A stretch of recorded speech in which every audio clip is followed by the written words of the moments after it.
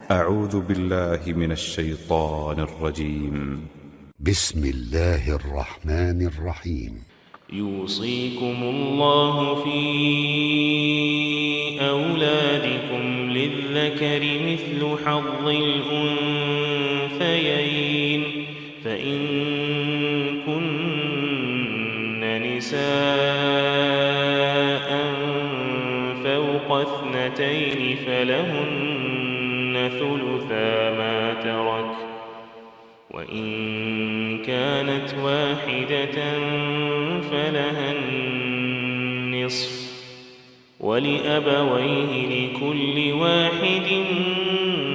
منهما السدس مما ترك إن كان له ولد فإن لم يكن له ولد وورثه أبواه فلأمه الثلث فإن كان له إخوة فلأمه السدس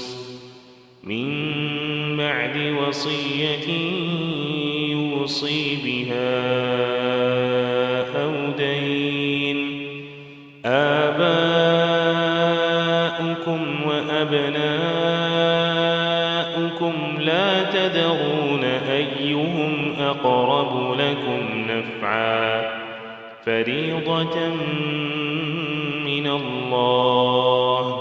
إن الله كان عليما حكيما।